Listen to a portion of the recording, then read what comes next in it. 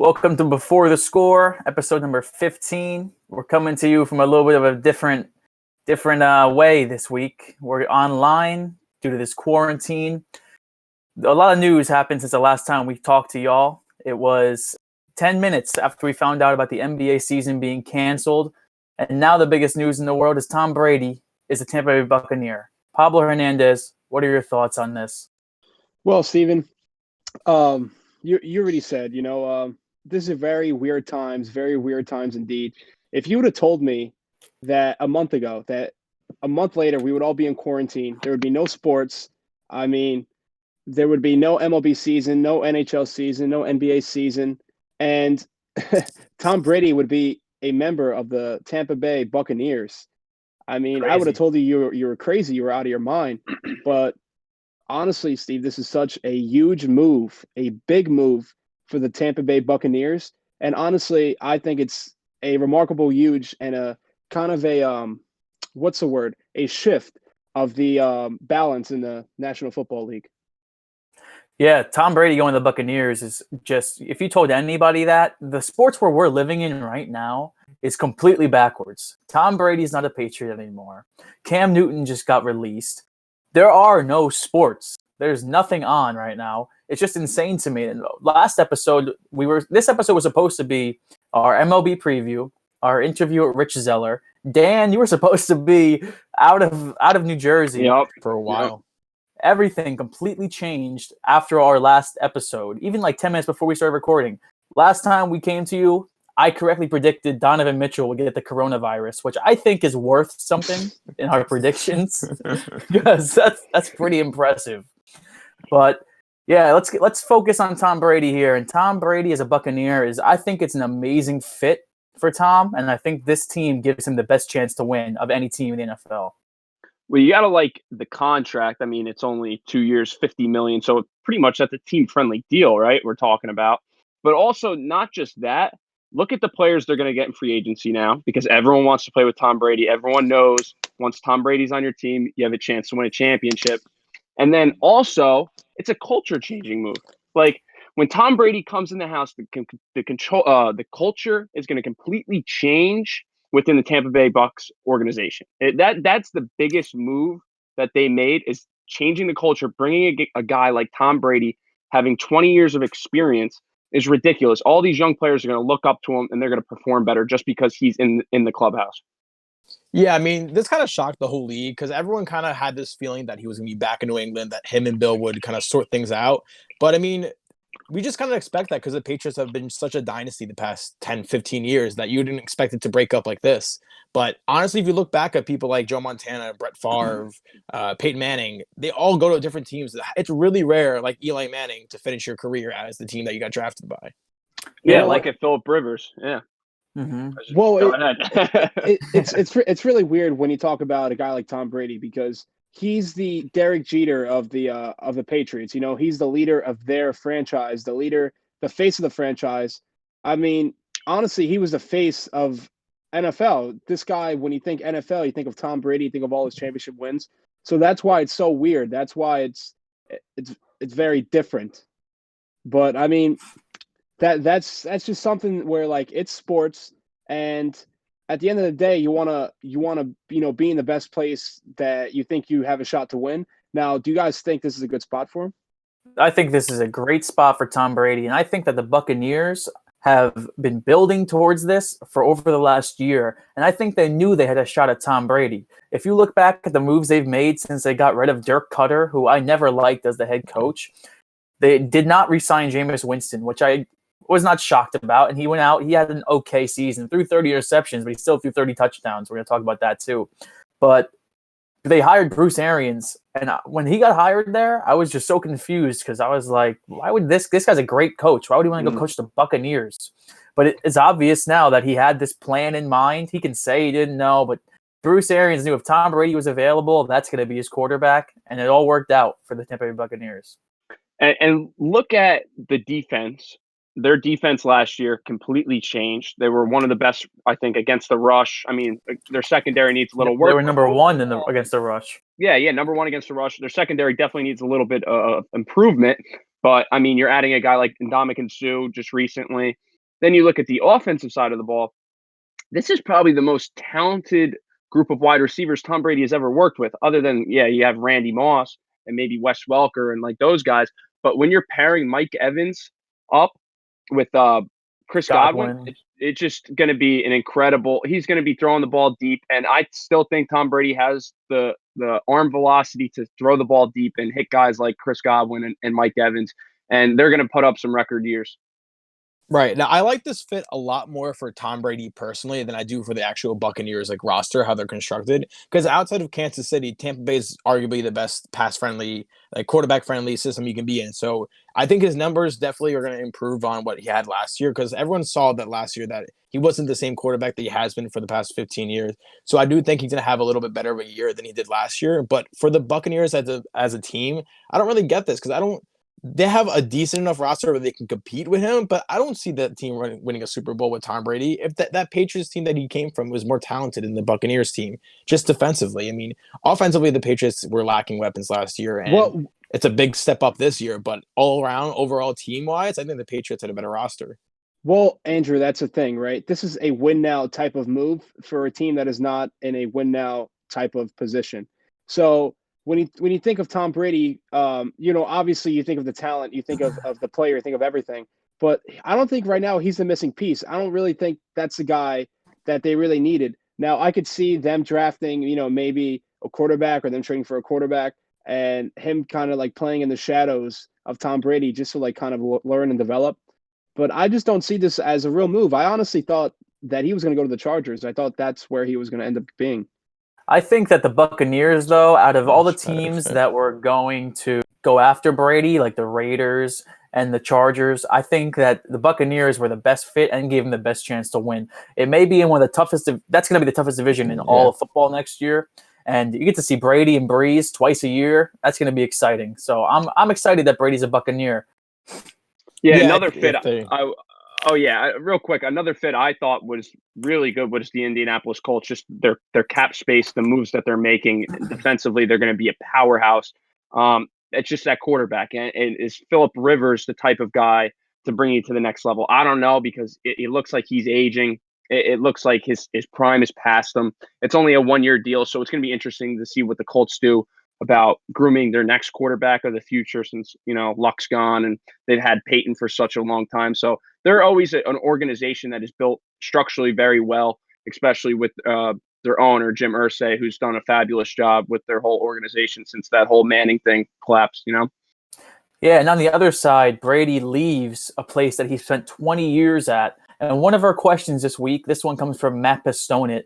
He wants to know, what are our expectations for New England without Tom Brady?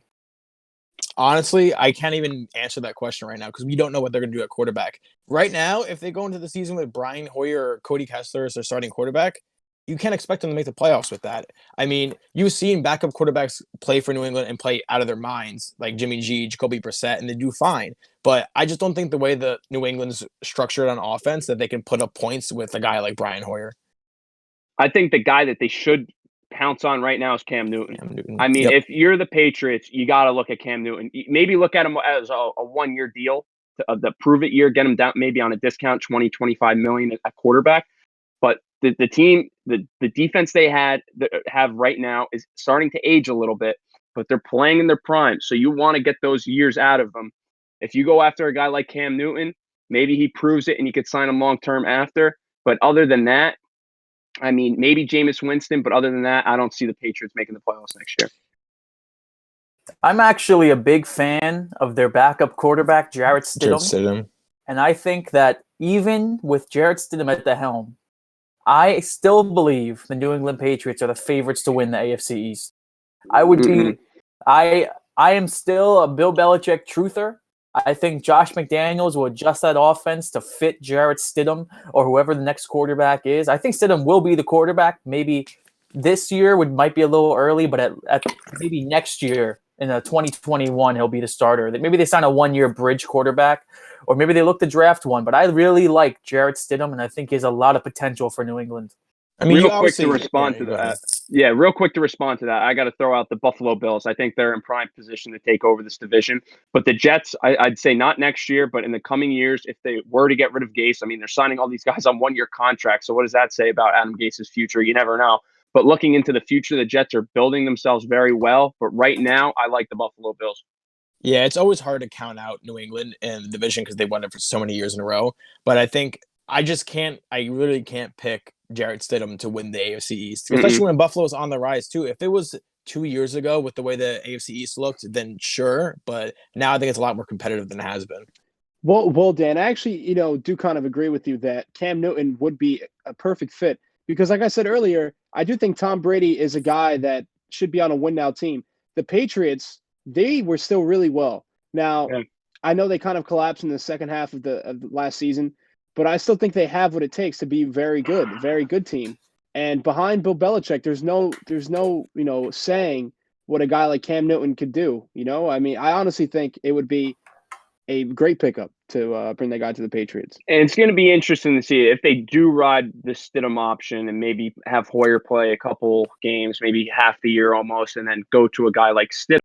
It's not going to happen like when Brady took over. Brady takes over and they go to a Super Bowl and they win. That's not going to happen with Jarrett Stidham. I just don't see it. I mean, maybe he could be the long-term future, but right now I just don't see him being poised to take over that division and win it right now. I just don't see that.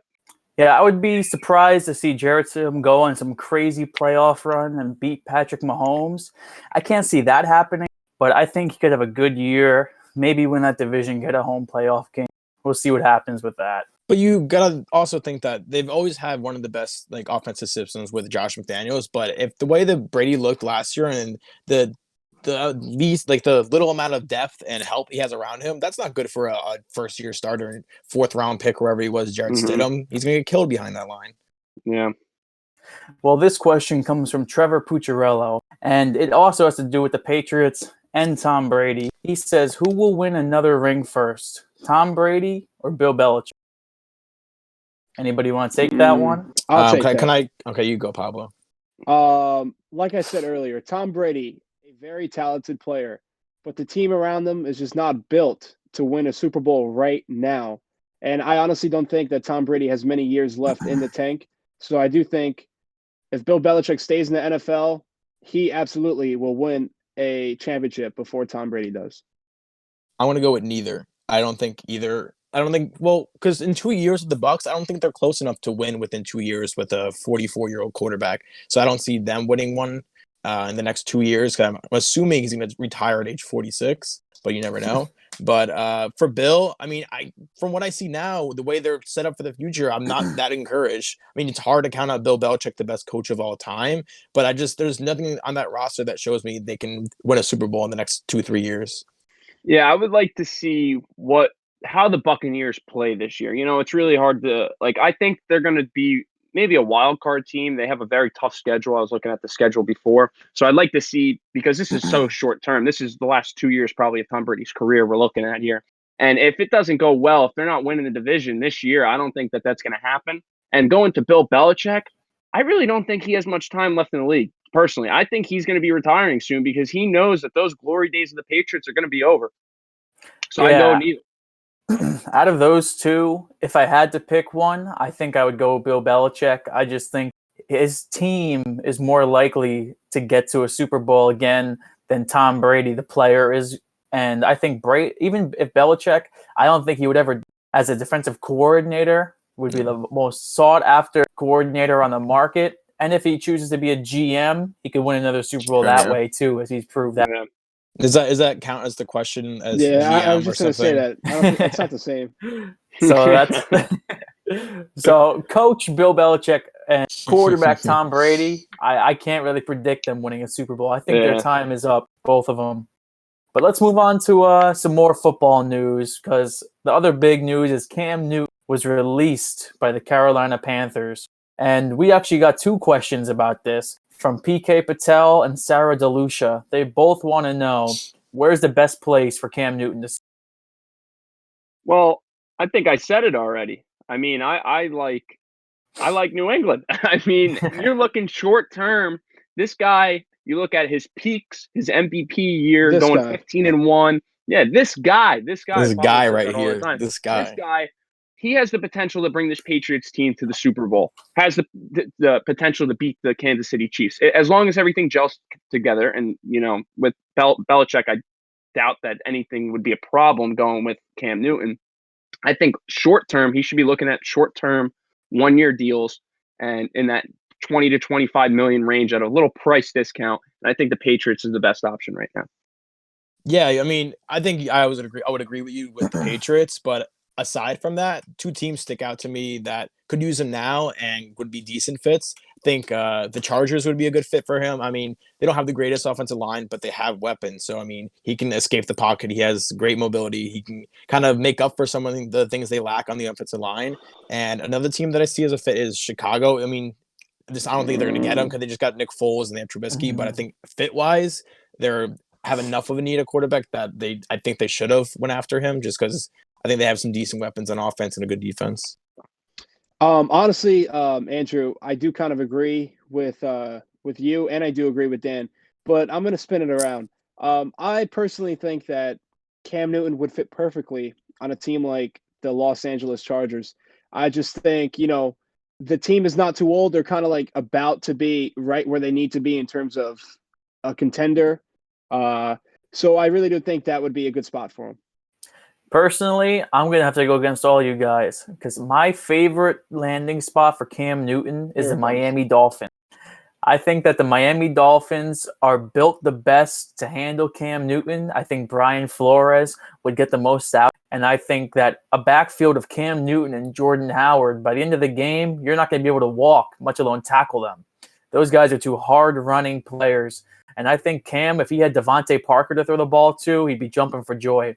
I think the Dolphins could make some noise if they got Cam Newton this offseason. The problem I have with that is that he's coming off back-to-back years where he's been hurt almost majority of the time. So you don't know how many times he can take hits like that coming off injury. If he was healthy, yes, I actually do like the fit a lot with the Dolphins, but you don't know. You kind of have to, like, if you're signing and committing long-term to Cam Newton, he has to show you something with like just his arm, not a combination of his dual threat abilities, which is what he lived off the past 6, 7, 8 years, whatever. Yeah, but if I'm the Dolphins, what do you have to lose? You already have Fitzpatrick. You have Fitzpatrick. You're probably going to draft a quarterback. You have all these picks. Why not just take a flyer on Cam Newton and give him a shot? But are you going to take a quarterback at 5 and get Cam Newton? I think that's a lot when you still have other pieces. Well, if you take Tua at 5, Cam, you let him prove it for a year. Say he proves it again, maybe you give him another year after. If he wants a long-term deal, obviously you got passed, but what if he balls out on Miami and he wants a long-term deal and they have the number 5 quarterback and number 5 overall pick in Tua just sitting there? Trade Tua. It's a good problem to have. It's a good problem to have, but I mean that's just you're not going to get the number 5 pick for a guy who's. Of course you want it. Absolutely not. But yeah, I think that Miami would be interesting, but it's going to be interesting to see wherever Cam ends up because I love this guy as a player. He's always been one of my favorite players. It's a disappointing end to his Carolina career, but we'll see what happens with him. So somebody give me one free agent move that surprised them, that made him go, that guy doesn't deserve that much money. I mean, I could start. I mean, when I saw the Trey Waynes deal to the Cincinnati Bengals, that just surprised me a lot because, that's a high price corner. I think they're paying 16 or 17 million a year to Trey Waynes. Trey Waynes was never rated as a top, not even 32. I don't even know if he was a top 64 cornerback when he was on the Minnesota Vikings. And he goes out and gets a deal like that with the Cincinnati Bengals.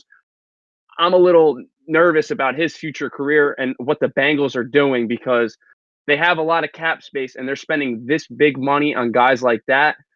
If I'm Joe Burrow, I'm like, oh man, you got to get some better players than that for that type of money. Well, I honestly, Dan, that's a very good point. I really don't know one move that was, blown out of proportion or where a team spent too much, but a move that I really do like and I'm very intrigued by is that Todd Gurley move.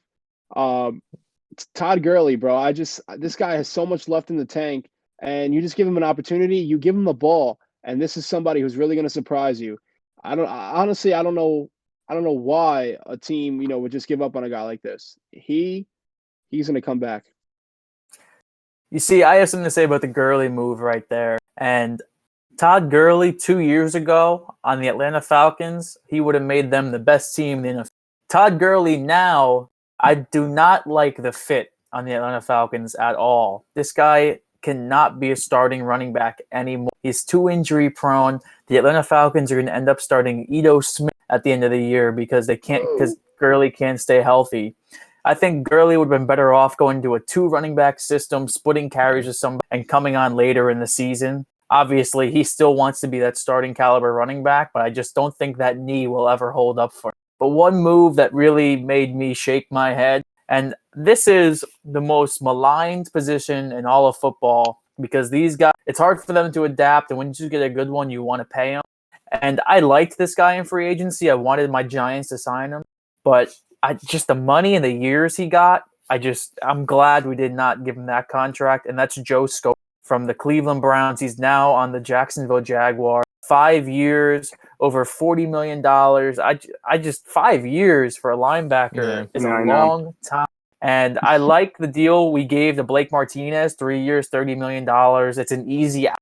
A lot of teams in the NFL are giving these 3-year contracts now because the money's going to go up in a couple years. Too. Yeah. But I think the Jaguars are just locked in to this guy who may not be the caliber of linebacker they think they are. Yeah, the one move that – go ahead. Yeah, I just want to go back to the Todd Gurley situation real quick. It's only $5 or $6 million he's getting paid by the Falcons on their payroll, and it's only a 1-year deal.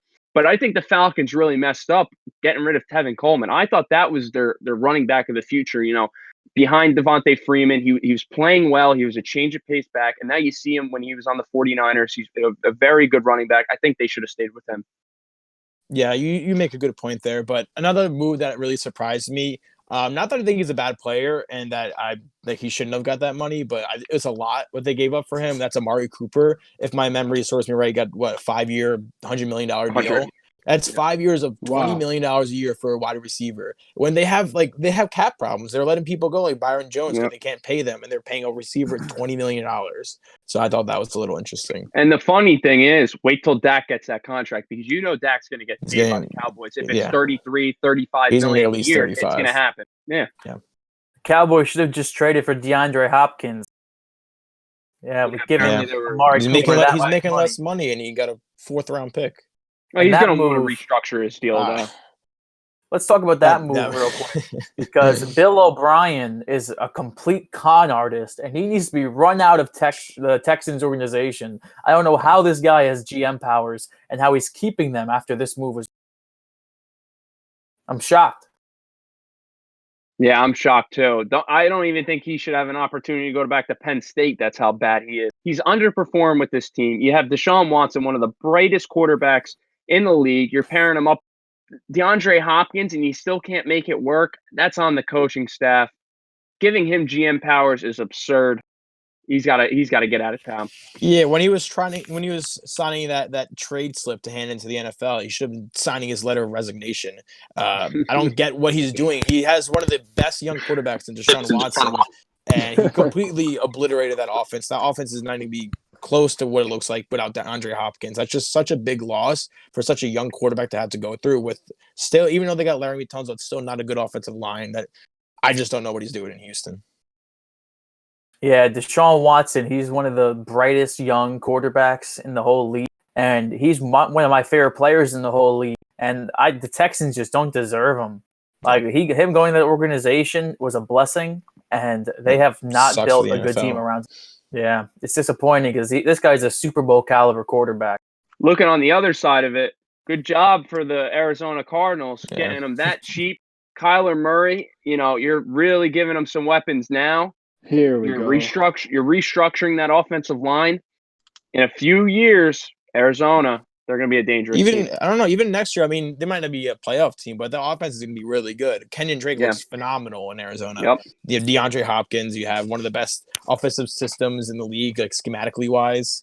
They're going to put up some points. And not even finding Kenyon Drake as your running back, which was obviously amazing, but getting rid of David Johnson. getting rid of that contract and getting DeAndre Hopkins only for a second-round pick and getting a fourth or fifth back. That's ridiculous. That is absolutely ridiculous. Robbery. Yep. Shocking.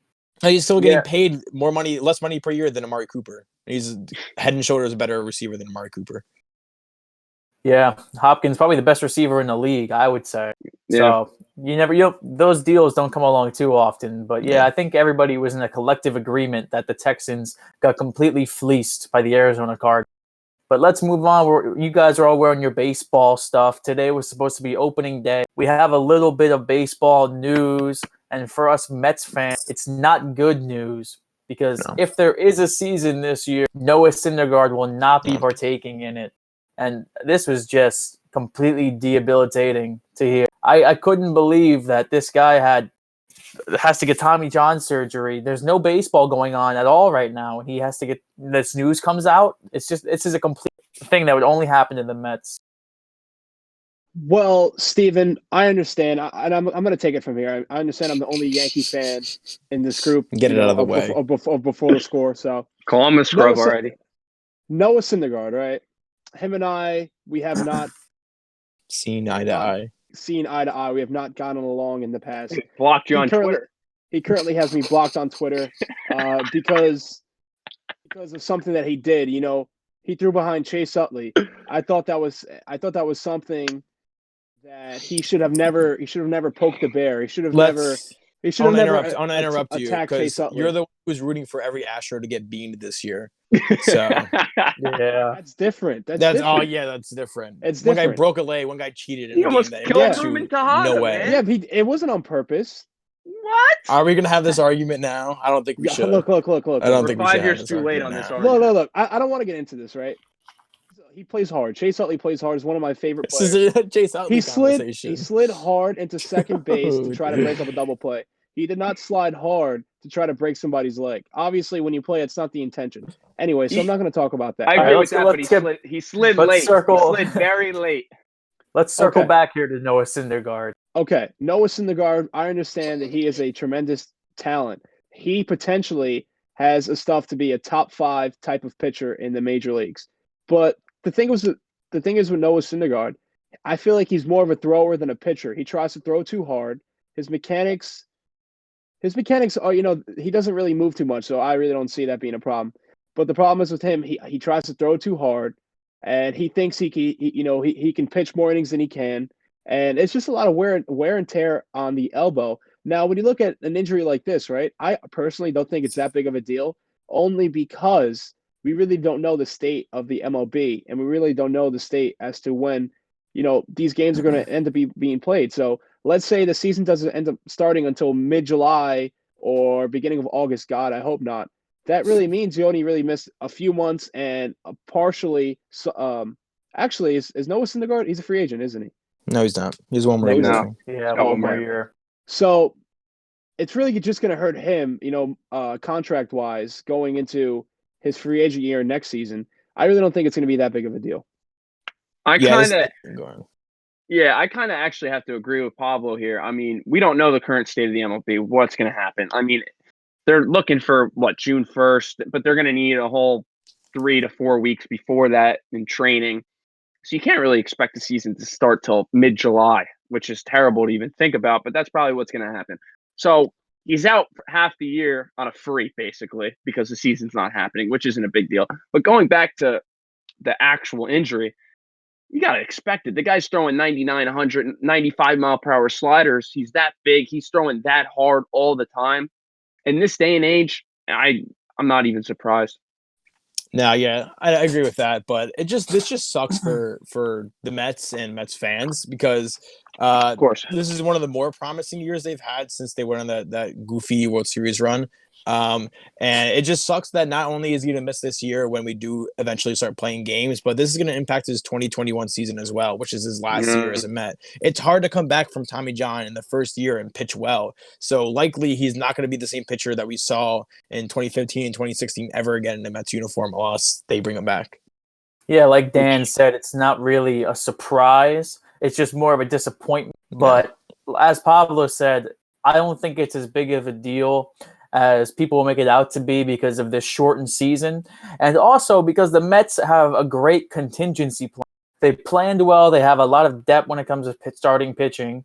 They have Michael Wacha ready to come in and be that fifth starter. So I think that the Mets got a little lucky with these signings because they have 6 starting quality pitchers. The rotation went from being a top 5 in the league to now more around a 10 to 12 area. You need more out of Jacob deGrom. You obviously need more out of Rick Porcello and Steven Matz. But the rotation, it takes a big hit. But I think that if we do go back to playing games, that this is still a team that can make some noise in the playoffs. Well, guys, when you look at a few years ago and you had the Mets' big rotation, right? You had deGrom, Harvey, Wheeler, Syndergaard. You had Fulmer in the minor leagues. You had guys like this, right? Now you can look back at it. deGrom, he has had Tommy John surgery. Zach Wheeler has... Yeah, I know, but still. Zach Wheeler has had Tommy John surgery. Michael Fulmer has had Tommy John surgery. Noah Syndergaard now is another guy that, a big pitcher that has had Tommy John surgery.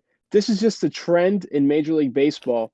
It's the trend that whether or not you want to put innings limits on guys and you want to tell guys that, you can't throw too much, you can't throw too many pitches. This is something that's just going to happen. Now, like I said earlier about the season, the uncertainty for the Major League season, I actually have an inside source from somebody who works in MLB that they are actually looking for a start around the July 4th, time. Now, that is a few months away, bro. I don't know what I'm going to do. I mean, what's today's date? Today's March 26th, July 4th. I mean, that's almost my birthday. I mean, can you imagine not having baseball for that long? What are they going to do with the Major League Baseball season? Are we going into that now? Is that what we're doing now? Let's move on to the big sports and how they're going to combat this whole coronavirus pandemic. So we'll start with baseball. And like Pablo said, this is news to me that his inside source believes that they'll start around the 4th of July. But yeah, what would you guys think about how they should go about this shortened season? Well, the plan that... Yeah, go ahead, Andrew. The plan that's been floated, there's been a couple ideas that have been floated around as possible scenarios. One is, which I completely hate, is the pushing back of the 162-game season and playing the playoffs in like December or something. I think that's terrible. I think, especially if the season doesn't start till July, I don't think that's even a possibility to even like think of. But the way that I would do it is, just shorten the season. I think they should get rid of interleague play. Sorry, Subway Series, but I think those aren't really as impactful or meaningful compared to like division games. You really can't get rid of division games unless you have to. So I think kind of shortening everything down would work more. I like a scenario which isn't ideal and everyone's going to hate, but if you're targeting July 4th as your deadline, right? There's no way you're playing 162 games or whatever it is. Or what is it? Yeah, 162. What is it? Yeah, 162 before the playoffs. So it's around 180 games. All right. So you're going to have to go down and look at 120 game seasons. If you have to end in December, I know you're going to hate this, but having playoffs on neutral sites, because you're going to look at if per se the Yankees are in the World Series or in the playoffs. December, it's dangerous for the players because it's just that cold, and hitting that is just, you're going to be getting injuries, and you don't want to see that in the postseason. If you're looking at a neutral site like Miami, which is being speculated because we know the Marlins aren't going to the playoffs, and it's going to be warm. So looking at neutral sites, I think that's the best option right now. Yes, I wanted to intervene on that point because that's exactly what I was going to say. I think that a 162-game season is borderline impossible. But if you're starting on July 4th, you still need to shorten that season. Maybe it runs a little longer than usual. You're playing around Thanksgiving or sometime into November. I think that is a great idea to have a neutral site playoffs in Arizona for the West Coast teams, maybe, and maybe Miami for the East Coast teams. I think those would be the two sites I like the most. Miami has a beautiful ballpark, and I think it could actually add to the spectacle. It could be like a Super Bowl almost. And I think that would be perfect for Major League Baseball I think that is their best option, because 162 games, nobody wants to even see a rushed 162 games. No. You're going to be playing 7-inning doubleheaders like they've experimented with in the minors, and I think that would be worse than just shortening the season. So that's my favorite alternative to this actually playing out this long season. Yeah, with the neutral fields, it's kind of interesting because like one of the beauties of baseball is how much of a home field advantage you have. Not only with like the inning construction having last licks, but just like the crowd and everything. It's just crazy. Like an MLB playoff state, like crowd is crazy compared to like the Super Bowl where it's a lot more neutral. Yeah, and if you look at like past World Series anyway, it would be really tough to say have a Dodgers-Yankees World Series and neutral site Miami. Like, that's tough on Dodger fans. That's tough on Yankee fans. Maybe your neutral sites, like I said, would be Dodger home games would take place in Arizona. I don't know if Southern California would be able to handle it. It might be able to. But you wouldn't be able to have it at Dodger Stadium if you're not having a Yankee Stadium. Yep. The MLB is definitely talking over these scenarios, but I think they could definitely come to an exciting one that everybody would like. Well, I mean, I don't know how you guys feel, right? But the whole beauty of the 162 games is the stats, right? Now, I don't know how I would feel about an MVP winning, with the shortened season. A guy could get hot, and let's say the season is 110 games, right? A guy could bet 390 and end up winning the MVP. And that's not fair to me. That's not right. That's not You're what arguing about MVP the is. wrong thing right now. 110 games and 162 games, batting 390 is still impressive. That's a high batting average. Look, I'm just saying, like, some numbers are going to be unrealistic. Some numbers are not going to look right. I mean, you're going to have I know wins don't really mean anything. You're going to have a pitcher with 13 wins win the Cy Young. That'd be so weird, right? It's going to be goofy. It's going to be Well, goofy. you're worried about the wrong thing. We don't even have it's opening day. We don't have baseball, and you're worrying about how people's stats are going to be affected. I think that this stats season, are huge. This season will always have an asterisk next to it, no matter what. If they just every 2017. Yeah, the beauty of it is you just got to play it out, and then you go from there. Whoever wins, wins. Whoever doesn't. I think this will be great for smaller market teams. If they get hot, they could make a playoff run, and then they don't even have to fill their stadium. They could go play in Miami and get that World Series championship. So I think that would be good for them. One quick thing to end this topic, and if they don't really like the neutral site thing, you could look at other locations in the city to play a game. Per se, if MetLife was a dome, you could have Yankee games or Mets games in MetLife, or you could, you find the cities weather dependent, but try to keep those home games near the city. And if that's not a possibility, then you have to look towards neutral sites, depending on the seating of every team. I would be down to see, say, the Minnesota Twins go on a run if they play where the Vikings play. I think that would be a pretty.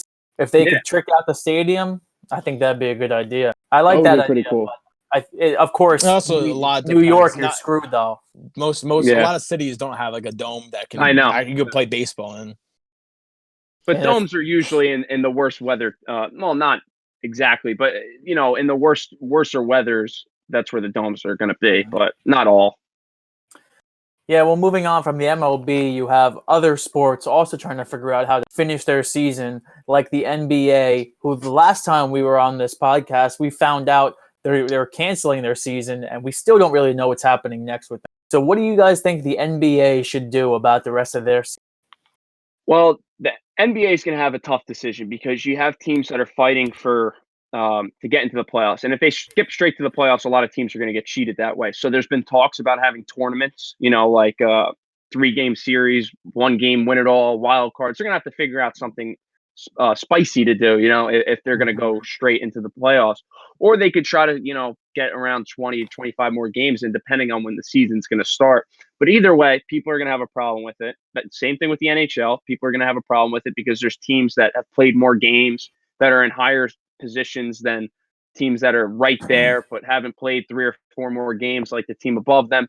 So it's going to get very tricky, but you should give every team a fair shot to get in the playoffs if they're on that borderline cusp.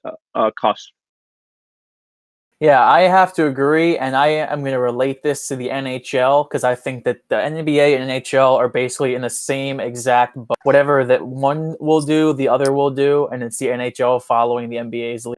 And I think that the only option that these guys have, they can't finish the regular season, obviously, and they're not going to shorten the playoffs. I think the way to do it is you expand the playoffs from 8 teams to maybe 12 teams in each conference. And then you have the earlier rounds, you have more bye weeks, and you have the earlier round be shorter games instead of 7-game series, maybe 3 or 5.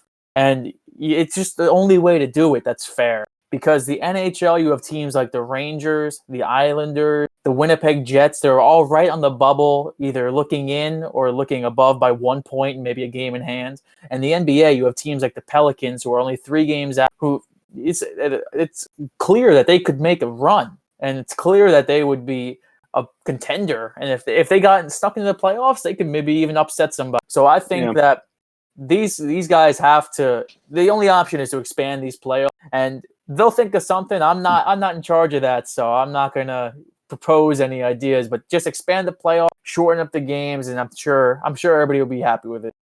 Yeah, they have to get creative with it. I'm not sure exactly, like off the top of my head, like the 18 in the NBA, like how it's shaping up, or like who's below it right now. But for hockey, especially, like if you take it, so if you add say 4 to 6 more teams in the playoffs, so that would pretty much encompass most of the contenders, at least that have a shot. So I mean, you're not really going to screw anybody over, and it's still going to be. I mean, it'll be weird seeing like a bye week in hockey or the NBA because that doesn't happen. Well, that's a very interesting point. Now, how many games would be left in both seasons? Like how many regular season games? I think there's like 15 in hockey. I think there's about like 15 to 20 in each league. It varies. It varies on teams. Well, if that's the case, I mean, I do kind of agree with you, Steve. That's really the only way they could do it, kind of give like the teams that were close a shot to get in. But I don't know. Regardless, nobody's going to be happy. Nobody's going to be happy with the outcome. But this is just something, it's just the state of the world, just the state that we're living in, that all these sports kind of have to like change whatever they're doing.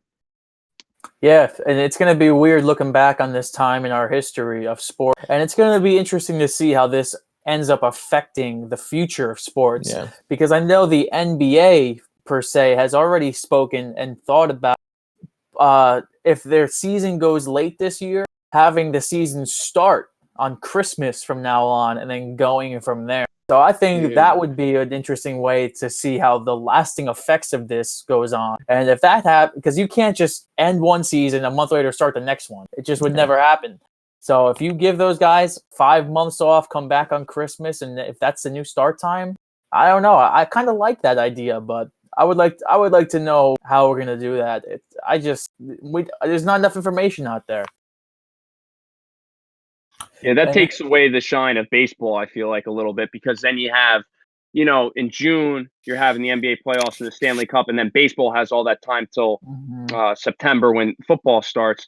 So it's going to be weird to see, 3 major sports playing high-profile games almost at the same time. So that might be a little dicey, but, as everyone says, the NFL rules, and everyone doesn't want to compete against the NFL because it's going to overtake your sport. So but the thing is, for the NBA and the NHL, I think what they should do is how we talked about shortening the rest of the season, and then it would suck for next year, but shorten next season too. So say you start on Christmas for the NBA, still end where you normally end, just have a shortened regular season. That way it doesn't implement the next 100 years of the sport.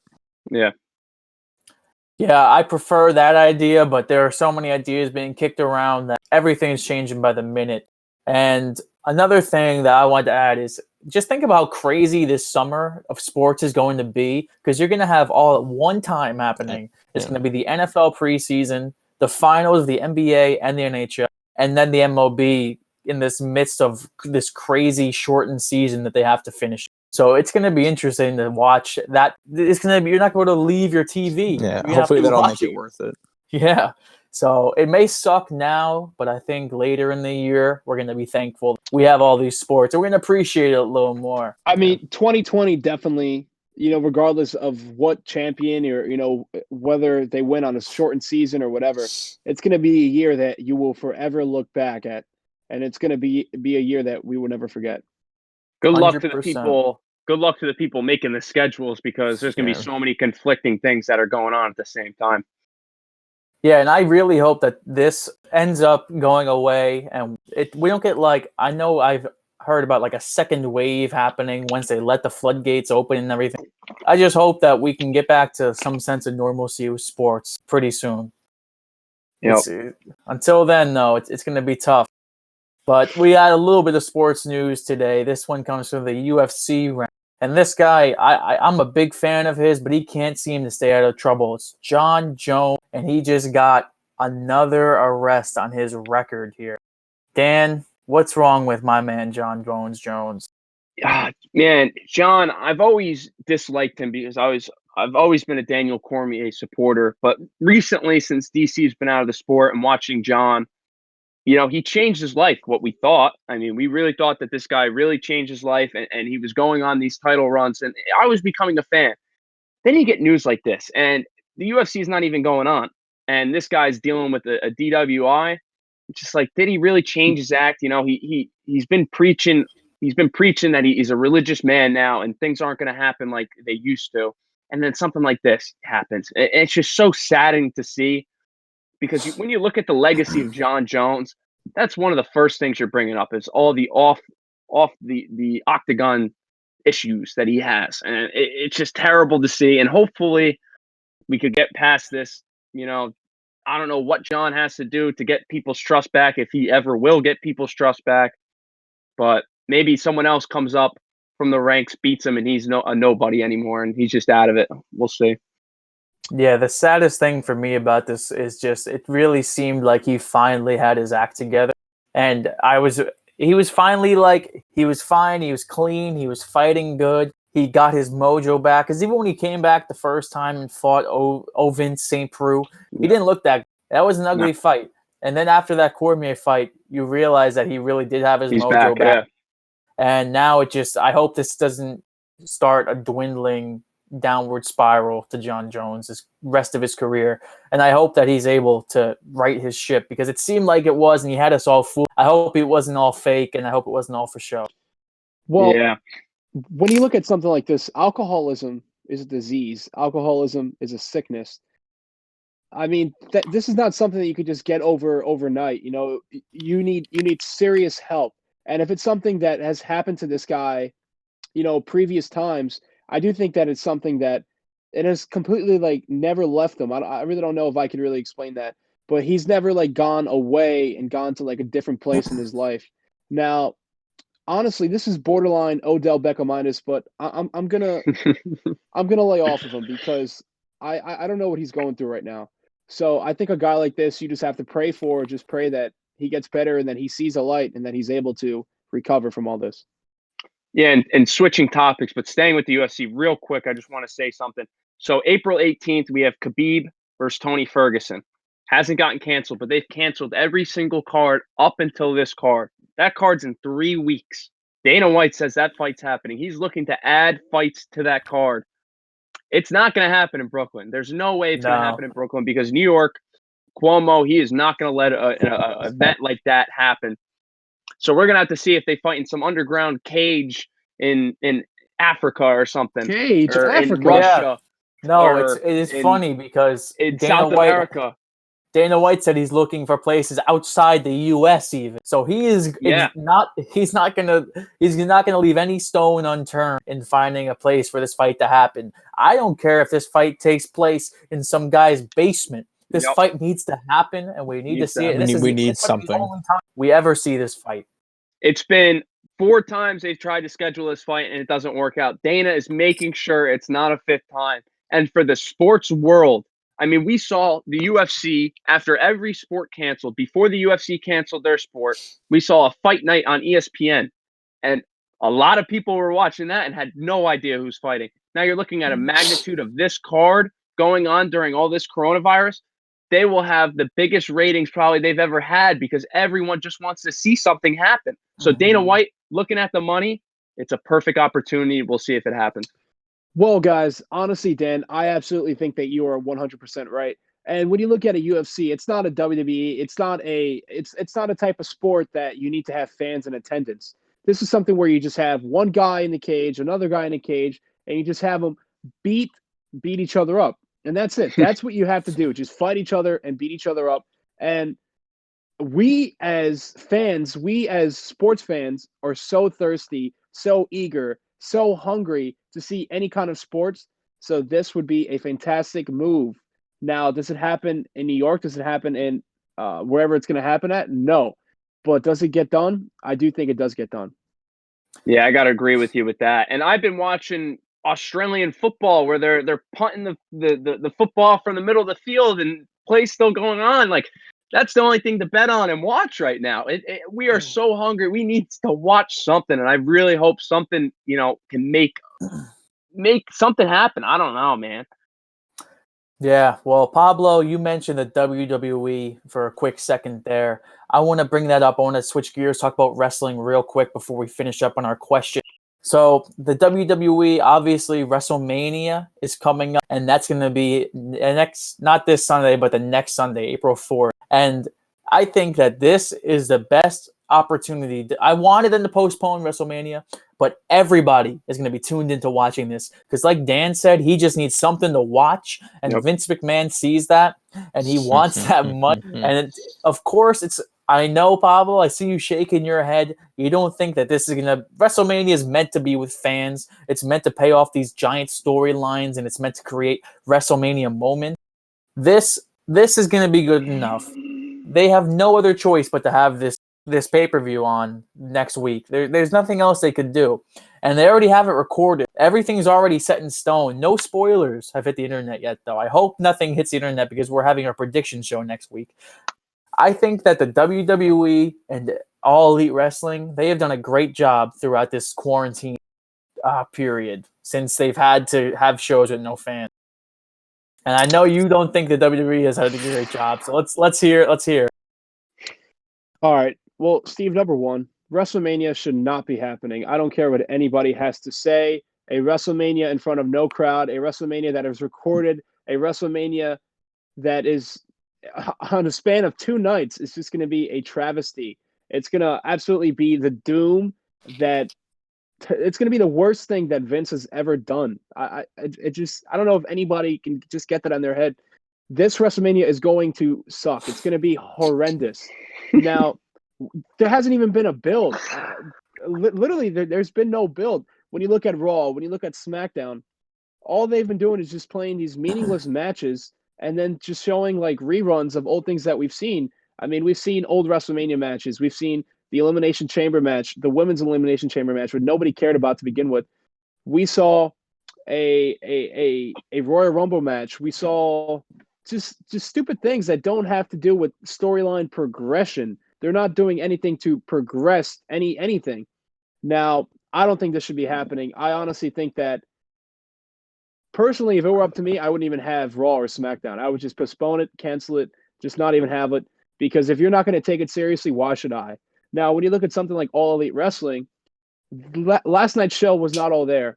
But when you look at last week's show, I think that show was incredible. I mean, not only did they not kind of like have the hard cam to show all like the empty seats, which was dumb, they kind of like showed it from a different perspective.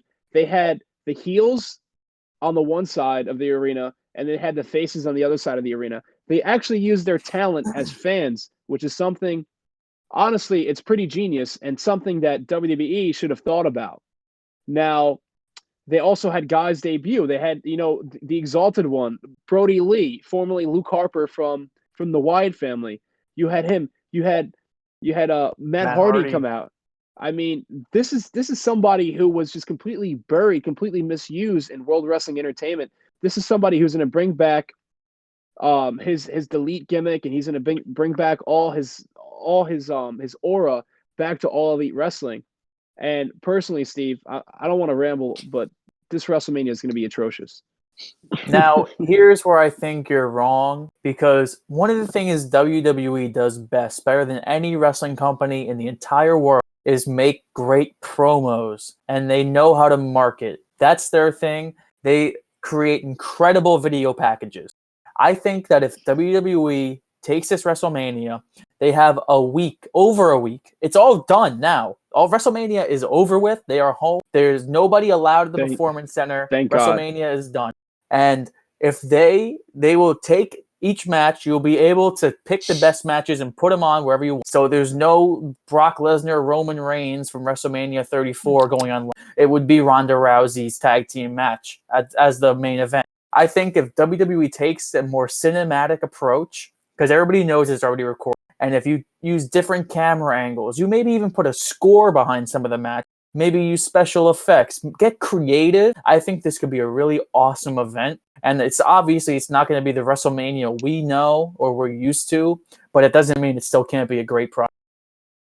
And it's something that we could use in this time where we don't have anything else to watch and we have no other sports. Yep. Well, if they handle it correctly, it could be something that is worth a watch. But really, as of right now, the only thing that I'm looking forward to is the Edge and Randy Orton match. And that's honestly something that the match is going to be enhanced by having no crowd. So I do kind of like the aspect of that. But other than that, I'm just not excited about this whole WrestleMania. I mean, I can see your point with, what WrestleMania moments have been made by the crowd, like the Hardys returning a couple years ago. Stuff like that you need a crowd for. But I think if WWE is smart, they have over a week to not fuck this up. Their WWE 24 shows are fantastic. Their production is probably better than their creative. If they give it to the production, I think they could come up with a special product. I know I'll be watching. I just hope they don't mess it up.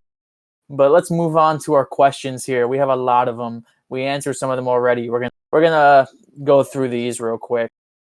One from Mikey Farrow. He says, how many scheduled games will the MLB have this season? We kind of already answered that. Give me a number real quick. 105.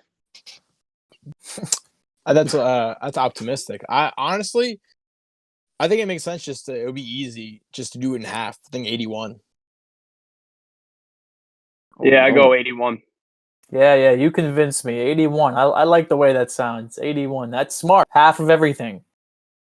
PK Patel wants to know if Carson Wentz is overrated. I'll go last on this one. Go ahead, Andrew. Okay, so I don't think he's overrated talent-wise. I don't think that his career production has warranted the status that he has, I guess. But I do. I'm a big Carson Wentz fan, and I root for him. I hope he does well. But I guess I can see why people think he's overrated. But me personally, I don't think so. When he's had healthy seasons, we've seen what he's capable of. I mean, look at the season where he tore his ACL and Nick Foles went on to win that Super Bowl. That was his Super Bowl. It was supposed to be his Super Bowl. He was having an MVP year. When he's fully healthy, he's a problem. Pablo? Well, you're next. I was actually expecting you to go, Steve, but Dan, I couldn't agree more with you.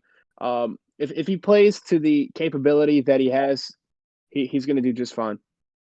Yeah, my thing with Carson Wentz is, you know me, I do believe Carson Wentz is overrated. And I also think Doug Peterson is overrated. I think both these guys are put into a stratosphere that they're not worthy of. I don't think they're as good as people make them out to be. I don't think Doug Peterson's in that top 5 level of head coach. I don't think Carson Wentz is even in that top 10 of quarterbacks. I would take Dak Prescott over Carson Wentz. And that's saying a lot because I don't think too highly of Dak Prescott. I think Carson Wentz is more talented, but if you gave me one quarterback to win one game, one of them has 2 playoff wins. The other one, he's never done it. So that's my feelings on Carson Wentz. This question comes from Dave Stolte. He wants to know, are the Falcons the Super Bowl favorite with their recent free agent acquisitions? Absolutely not. Absolutely not. Absolutely not. They're not the favorite in their division. They're not the second favorite in their division. Yes, if you're playing Madden, because their offense is loaded and good on paper. But as a team, I don't trust what they're doing. I don't trust Matt Ryan, and no. I don't think they're going to be too well. I really don't think they're going to be that good in that division.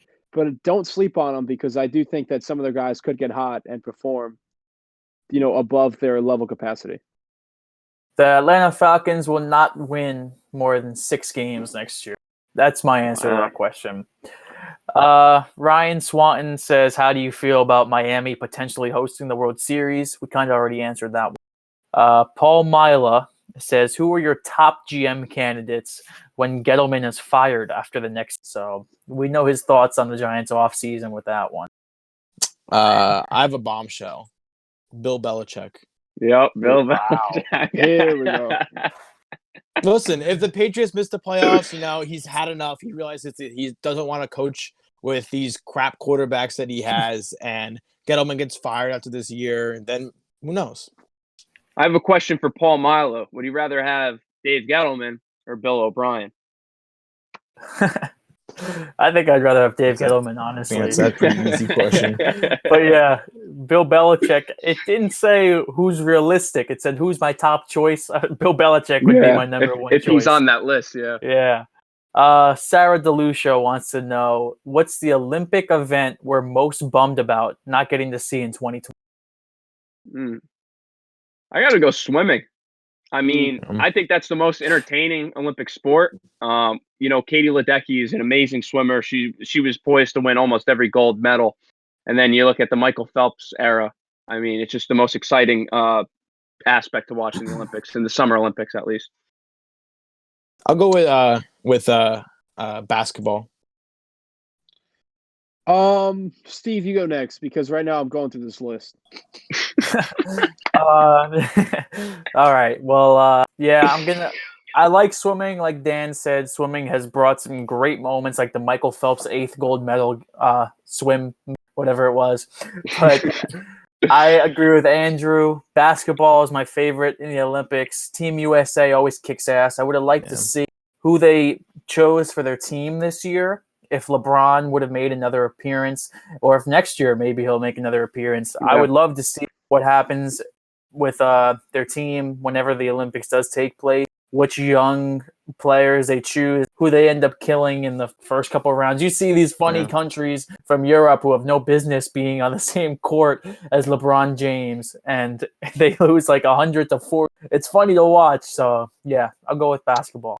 Well, I'm going to be honest with you guys. I've never really been too drawn to the Olympic Games, but there's something that always catches my eye, and I'm going to have to go with rowing. Personally, rowing is it's just cool. It's just cool to watch. So I'm really going to miss it, man. I mean, it's just not going to be the same this year. Yeah, you're really going to miss it. That's the funny you say that. I love watching rowing, man. Do you really? Just something about rowing. I love the Olympic Games, man. That's one of the most exciting ones. This question comes from Kristen Rauschenberger, and she wants to know, where is Trevor Lawrence going? Oh, we covered this, didn't we? Like a few weeks ago? Nope. Maybe like when the national championship was going on 2 months ago. I'll start with that. And I think Trevor Lawrence is going to be a Carolina Panther because I don't think they're going to have a good first season under Matty Rule. My bold prediction for the Carolina Panthers is that P.J. Walker, the XFL quarterback, ends up starting over Teddy Bridgewater by the end of the year. So I think... Whoa, no Teddy hate. That's my bold prediction. I like Teddy Bridgewater, but P.J. Walker, he's representing the XFL, and I think he's going to play well under Matty Rule, but not well enough to where they get out of that number 1 pick. I just pray that the Jaguars don't get him because they don't deserve. Yeah, I was thinking either Jaguars or, sorry, Dave, Falcons. Honestly, at this point, there's no like last year, everybody kind of pegged like Miami to be the worst team in the league. That didn't end up happening, but Cincinnati should be better. Miami should be better. So I don't see anybody. You know what? I'm gonna do it. Actually, no, never mind. Forget that. I was gonna say Giants, but never mind. Daniel Jones. Well, if we have the number 1 pick and Trevor Lawrence, that's what I'm saying. We're not gonna have the number 1 pick. I'm gonna go with New England. Wow. New England's gonna have the number 1 pick. You start Brian Hoyer for your year. You trade away some guys. You play into Trevor. You sound like another Cowherd. 20 years. Another 20 years of a dynasty. You know who said the exact same thing? Oh, Colin Cowherd. Oh, well, I think that's a good fit. You kind of look like him too. So I mean, I guess. He doesn't sound like him. Where is he going, Pablo? Tell me. You know what? When we had this discussion, a few months ago or whatever, a few weeks ago, we all were saying the Bengals, but I think you mean Joe Burrow. Did we say the Bengals? I don't think we said the Bengals. I think he thinks we're talking about Joe Burrow. Yeah, yeah. No, you're getting skipped now. Skip. Tarek Al-Casey, he says, if you could self-quarantine with one athlete, who would it be? So this is like the Vegas question, but on steroids, and anybody. Does it have to be like what kind of athlete? Like a male athlete, female athlete? I think it could be any athlete. You go first. You go first, Pablo. Honestly, I mean, if it has to be like a male athlete, there's no anyone, man. Who said it had to be that? I only really know male athletes. I'd probably have to choose a. You don't know male player. Athletes. I'd choose a baseball player. Yeah, who would you pick? I'd probably choose DJ LeMahieu. That's just somebody. That's just somebody who's always checkers every day. He's always DJ LeMahieu. Come on. You pick one of those boring guys, dude. He's always calm, cool, and collective. All right. That's going to stare at the ceiling with him all day. That's somebody who, like, if I was in a panic, he would take care of me. I have a great answer for this. All right. I'll go real quick. Get out of the way. I'll go with Noah Syndergaard because he just got the Tommy John. He's hurt, and he's going to be laying down. We can watch some movies. Nah, he can get up. He's still got his legs, man. He's a funny guy. He's a good personality. I think we could bond pretty well. Yeah, he's the funny man. I think this is easy, actually. Give me Yoenis Cespedes. Doesn't speak English. You don't have to talk to him that much. He won't bother me. Cooks a damn good barbecue. Knows how to live on his own and live off the land. He owns a ranch, and he pretty much does whatever he wants. Smokes Cubanos. It's easy. Yeah, Cubanos. Right, that's how you say it. I would pick between two people because if I'm going to be quarantined with them, I want the most interesting, entertaining quarantine ever. And I think that Odell Beckham Jr. or Antonio Brown. Antonio Brown. No. You really want that? You really don't. I think they would provide straight comedy throughout the entire quarantine. We'd be having stuck with him for 3 months, and then you end up going crazy. You end up turning into him. You couldn't pay me to be stuck with. You're gonna get Odell Beckham. Yep. Hey, well, speaking of OBJ, first off, OBJ is a better choice than DJ LeMahieu. That's the worst choice I've ever heard in my entire life. Trevor Pucciarello, final question. He says, will Odell Beckham Jr. be traded in 2020? Yes. Yes. This guy is a complete distraction. This guy, a tremendous talent, but, he's just somebody who completes he just continues to run his mouth, and he's somebody who's going to be moved, and he's just somebody that, regardless of where he's playing, is always going to blame it on somebody else rather than just, suck it up and be the best guy you can be for that team. Absolutely. What? You go. Absolutely not. The Browns have been giving Baker Mayfield weapons. They're trying to surround him to succeed the best he can. They want to get a good year out of him next year.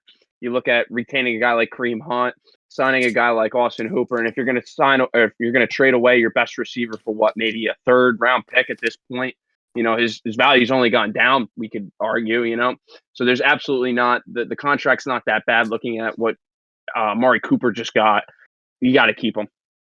Yeah, I don't think the Browns are going to be that worse this year, so I think they're going to use him. I think they'll be better than they were last year, but I do think he gets traded for the 2021 season. So, all right. What's going on there? You got pants on? You got Yeah, no, I have pants on. I was just standing up. Did not need to see that No, at did all. not need But to see that. Okay.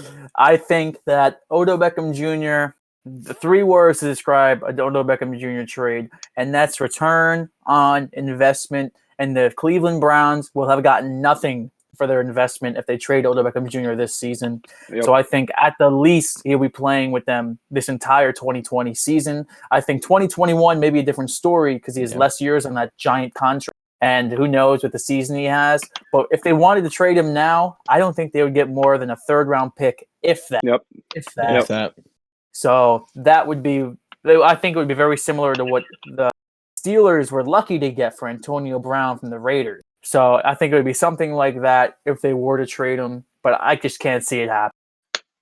I want to bring Zonak back in for this last one. I know he's been waiting. Move that logo off the screen if you're watching on video. Oh, geez. Oh, is he printing on. something? Hello, I am back. So Zonak is back. And Goofy. to end the show, I just wanted to talk about what we're all doing on this quarantine. I know Zonak said he wanted to talk about it, so I want to hear from him. That's some good lighting, man. Dude, I can't be first, man. No, this isn't my show. Andrew, you go first. No, you can't turn your mic on and just sit there for the whole time. Speak. No, I'm going to speak. You go first. Speak, Okay. idiot. All right, Andrew. He's passing Whatever. first, so you're going first. Been pretty boring for the past week or so. Work from home, school from home. Don't leave the house. I get food occasionally, maybe, but it sucks. Pablo? Okay. Andrew, that was a terrible answer because we all know Okay. what you've been doing. I'm playing a lot of PS4. Okay, so I said this, 2 weeks ago. Nice knee, Pablo. Thank you.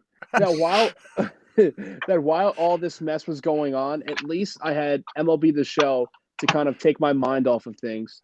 Now, a lot of businesses are closed. Where's the hat? All right, Let's go. So you see this? I got this because I bought the $100 edition of MLB The Show 20, and it came with this nice lids hat.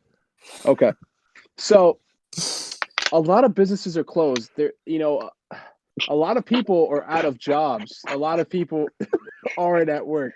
But Got deep pretty quick.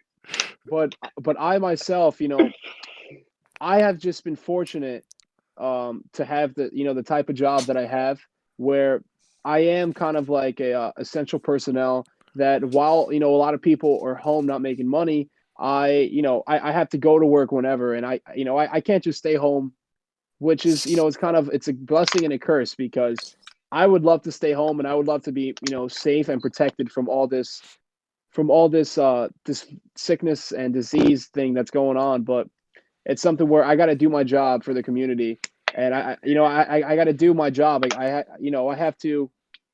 have to do my part in society. So it's something where I just hope everybody stays safe. Look, I said this earlier, right? If you are feeling sick, that does not mean that you should go to the doctor. That does not mean that you should go to the hospital. If you are feeling sick, just stay home.